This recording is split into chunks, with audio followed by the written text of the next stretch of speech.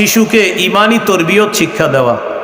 ইমানি তরবিয়তের মধ্যে শ্রেষ্ঠ তরবিয়ত নামাজের তরবিয়ত শিখানো।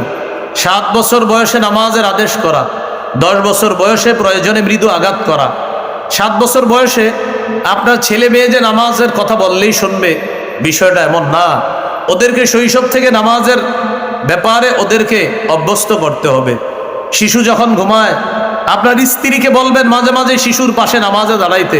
ও চোখ খুলে যেন দেখে মা নামাজ পড়তেছে। আপনি মাঝে মাঝে বাসায় সুন্নত নফল বিতির পড়বেন, শিশু যেন দেখে আপনি নামাজ পড়েন। 1.5-2 বছরের শিশুটা মাঝে মাঝে দেখবেন আপনার পাশে নামাজে দাঁড়ায়া যাবে। এই শিশুর পরনে যদি কাপড় নাও থাকে, হজরতের মাথায় টুপি একটা দিয়ে আপনার পাশে দাঁড়ায় যাবে। ছোট মানুষ 1.5-2 বছর, কারণ ও ফলো করে আব্বা নামাজ পড়লে মাথায় কি দেয়, এইটা ওর মাথায় ঢুকে গেছে। এই জন্য গায়ে কাপড় না থাক, টুপি থাকবে। যারা বাপ আছেন আপনারা ভালো বলতে পারবেন, পাশে গিয়ে দাঁড়ায় যায়। এবার আপনার চেহারার দিকে তাকায়, দেখে আপনার ঠোঁট নড়ে, ও ঠোঁট নাড়ায়, বাস।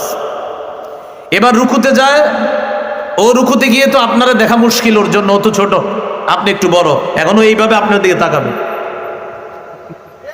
দেখে যে আপনি ঠোঁট নড়ে, বাস ও ঠোঁট নাড়ানো শুরু করে। সালাম ফিরানোর পর আপনি তাসবিহ পড়বেন, হাত আঙ্গুলের করগনা থাকবেন, ও আপনার চেহারার দিকে তাকায় আর আঙ্গুলের করের দিকে তাকায়, মাশাআল্লাহ ও শুরু করে।